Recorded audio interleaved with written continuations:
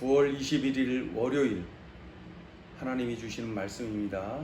예레미야 34장 8절부터 22절까지입니다. 봉독을 합니다. 시드기야 왕이 예루살렘에 있는 모든 백성과 한 가지로 하나님 앞에서 계약을 맺고 자유를 선포한 후에 여호와께로부터 말씀이 예레미야에게 임하니라. 그 계약은 사람마다 각기 히브리 남녀 노비를 놓아 자유롭게 하고 그의 동족 유다인을 종으로 삼지 못하게 한 것이라. 이 계약에 가담한 고관들과 모든 백성이 각기 노비를 자유롭게 하고 다시는 종을 삼지 말라 함을 듣고 순복하여 놓았더니 후에 그들의 뜻이 변하여 자유를 주었던 노비를 끌어다가 복종시켜 다시 노비로 삼았더라. 그러므로 여호와의 말씀이 여호와께로부터 예레미야에게 임하니라. 이르시되 이스라엘 하나님 여호와께서 이와 같이 말씀하시니라.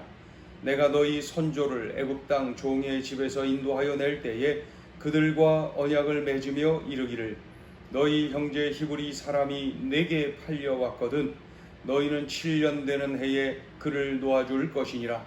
그가 6년 동안 너를 섬겼은즉 그를 놓아 자유롭게 할지니라 하였으나 너희 선조가 내게 순종하지 아니하여 귀를 기울이지도 아니하였느니라.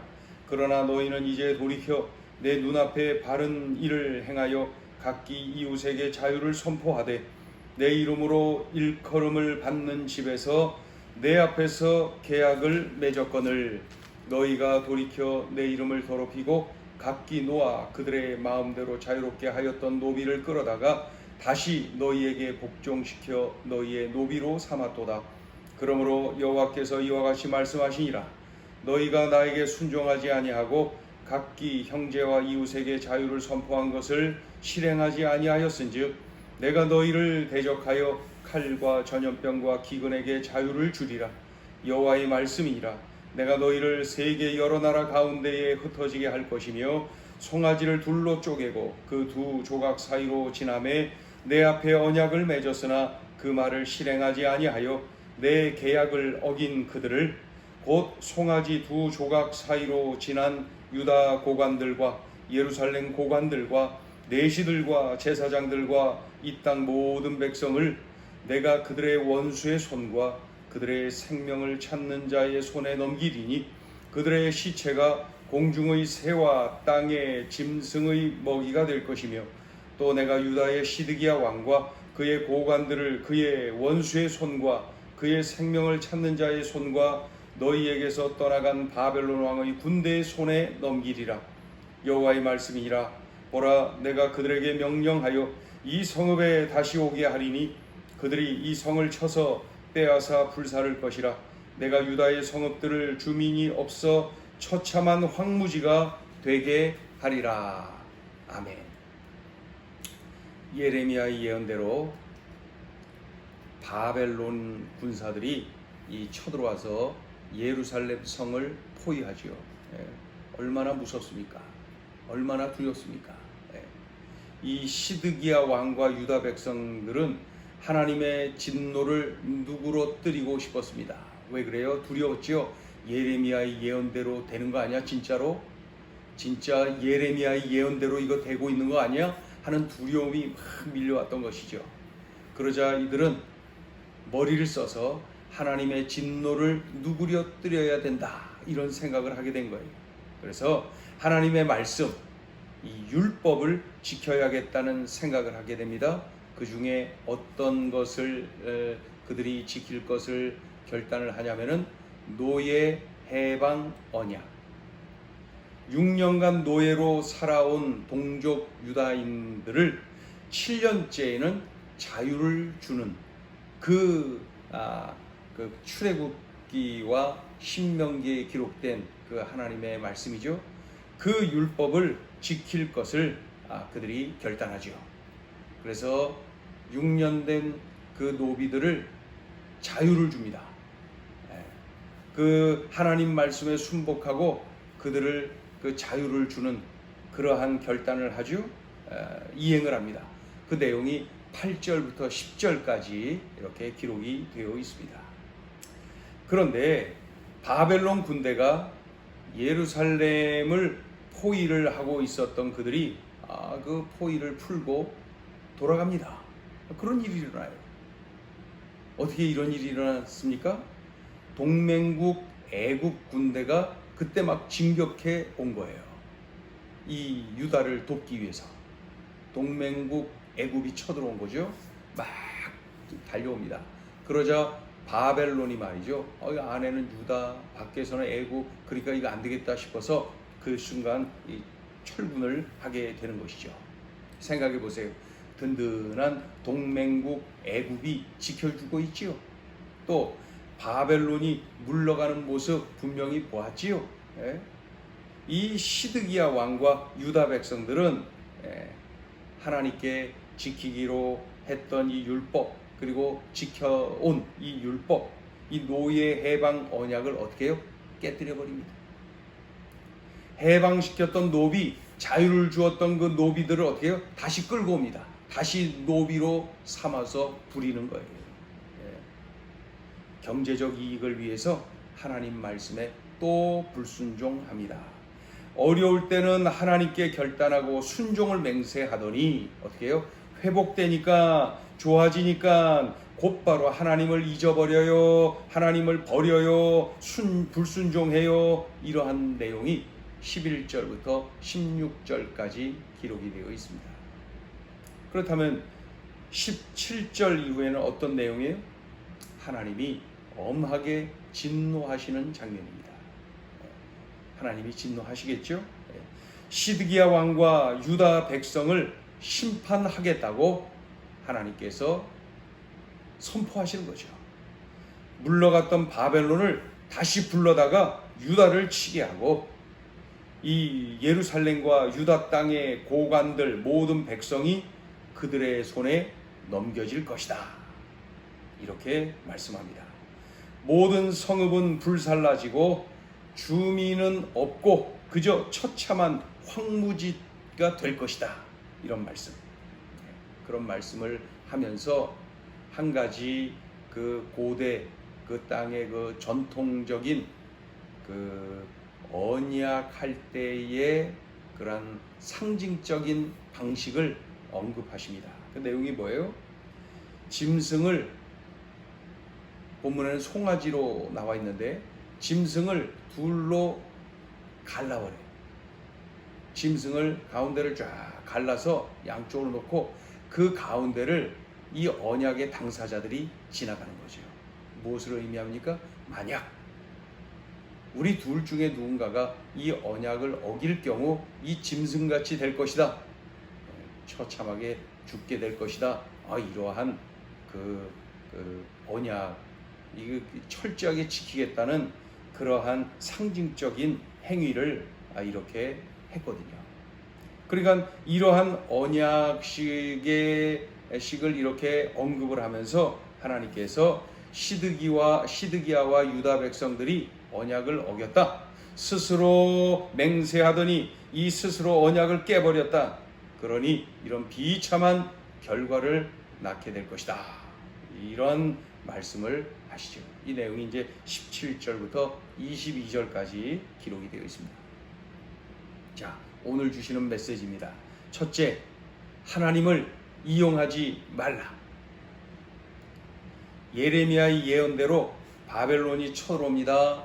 예루살렘을 완전히 포위하고 이제 곧 이게 무너질 것 같습니다. 큰일 났습니다. 두렵습니다. 무섭습니다. 그때에 이 시드기야 왕과 유다 백성이 생각해낸 것이 뭡니까? 하나님의 마음을 돌려놓자. 또 하나님의 능력을 이용하자. 그것 아닙니까? 그래서 스스로 언약을 합니다. 하나님 말씀대로 그 율법대로 6년간 노비 생활을 한 자들을 7년째에 자유를 주자. 이런 내용. 그 말씀을 기억해내고 그 말씀을 다시 하나님 앞에서 맹세하면서 그렇게 실시합니다. 그러자 그 순간 동맹국 애굽 군대가 달려오지요. 그러자 바벨론이 물러가지요. 환경이 좋아졌죠. 회복됐죠. 다시 자유를 얻게 됐죠. 그러더니 어떻게 했어요? 그 자유를 주었던 노예들을 다시 끌어다가 노비로 삼는 거예요. 결론적으로 그들은 그저 하나님을 이용했을 뿐이라는 것, 하나님도 아시고 그들도 알고, 이 진심이 없어요. 진심이 없어요. 하나님을 그저 이용만 했고 진실함이 없이 말이죠. 하나님의 능력을 이용했고, 그러면서 진심 없는 아주 못된 행동을 했지요. 우리도 이 모습을 보면서 하나님을 이용해서는 안 돼요. 하나님을 인격적인 관계, 하나님과 진실한 관계를 늘 맺어야 됩니다. 그래서 우리가 기도할 때도 내가 기도 한번 하면 응답 한번 나온다, 무슨 자판기처럼 생각하면 안 됩니다. 철야기도 하고 금식기도 하면은 더 좋은 것, 더 큰 것 나온다, 자판기처럼. 그러니까 하나님을 이용한다는 게 이런 것일 수도 있는 것 아닙니까? 여기에 하나님과의 어떤 인격적인 관계, 진실한 관계여야 되지 않아요? 우리가 기도를 할 때도 그러해야 되는 거죠. 하나님과 인격적인 관계, 하나님과 진실한 관계, 이것이 하나님이 원하시는 것이고 우리에게도 행복한 일입니다. 하나님을 이용하여서 결국 멸망당하는 이 시드기야 왕과 유다 백성들의 그 길을 우리가 걸어가서는 안 됩니다. 하나님과 진실한 관계, 인격적인 관계를 늘 맺어야 된다. 오늘 주시는 메시지입니다. 자, 둘째 주시는 메시지, 하나님께 서원한 것을 반드시 지켜라. 예레미야의 예언대로 바벨론이 쳐들어오지요. 예루살렘을 완전히 포위해버리죠. 얼마나 두렵습니까? 얼마나 무섭습니까? 예레미야의 예언대로 되고 있다는 것이 더 무서운 거예요. 얼마나 무섭습니까? 이 예레미야의 예언대로는 분명히 망하에서 다 끌려가고 포로로 끌려가고 여기는 칼과 기근과 전염병으로 완전히 엉망이 되고 그러한 내용 아닙니까? 그리고 70년 후에 막 이러한 내용, 이것대로 지금 진행되고 있는 것 아니야? 라고 하는 생각이 더 무서움, 두려움을 가져다 줬겠지요. 그때에 이 시드기야 왕과 유다 백성들이 어떻게 해요? 하나님께 서원을 하는 거예요. 서원을 하는 거예요. 하나님 말씀대로 율법대로 다시 하겠습니다. 지키겠습니다. 6년 된 노비들 해방시키겠습니다. 자유를 주겠습니다. 이렇게 서원을 하지요. 서원을 이행하지요. 그러니까 애국 군대가 와서 바벨론 군대를 쫓아버리고 그리고 이 유다가 어떻게 해요? 다시 회복이 되고 평온을 찾고 자유를 누리고 그런 것 아닙니까? 문제가 해결됐어요. 문제가 해결된 거예요. 그러자 곧바로 서원을 깨버립니다. 자유를 줬던 노비들을 다시 끌어다가 그 노비를 삼는 것 좀 보십시오. 얼마 전에 서원을 해갖고 그냥 그렇게 이행하는 것처럼 보였는데 문제가 해결되니까 바로 깨뜨려버리는, 그 서원을 박살내버리는 그들의 모습 말이죠. 그러자 하나님이 진노하셨어요. 그래서 그 돌아가고 있는 그 바벨론을 다시 불러다가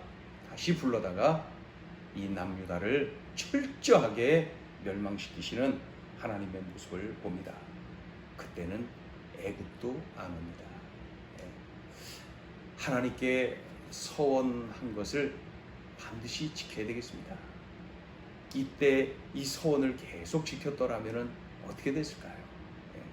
하나님께 우리는 정말 그 중요한 문제 앞에 하나님 앞에 서원하는 것 해야죠.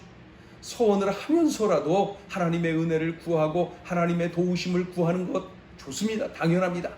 그러나 서원했다면 그것을 반드시 지켜야 되는 것이죠. 오늘 주신 이 말씀을 명심하여 이렇게 살아내야 되겠습니다. 기도합니다. 하나님 아버지, 하나님과 인격적 관계, 진실한 관계를 맺어야 된다. 하나님을 그저 내 필요에 따라서 도구로 삼는 이용하는 그러한 어리석음을 범하면 안 된다 일러주심을 감사합니다. 또한 하나님 앞에 어려울 때, 참으로 곤경에 빠질 때에 그 고통스러운 환경에서 소원을 하면서까지 하나님의 은혜를 구하고 하나님의 도우심을 구하고, 하나님, 그러나 하나님의 은혜 가운데 문제가 해결된 이후에도 우리는 철저히 소원을 한 바를 갚아야겠습니다. 하나님께 약속한 바를 반드시 지키는 우리들의 삶이 되어야 할 것입니다. 그것이 또한 우리가 계속 행복할 수 있는 방법이요 소중한 길이 아니겠습니까? 주여, 오늘 들려주신 이 말씀 명심하여 내 삶에 그대로 적용하고 구체적으로 적용하고 이렇게 살아내게 하여 주옵소서. 예수님의 이름으로 기도 올리옵나이다. 아멘.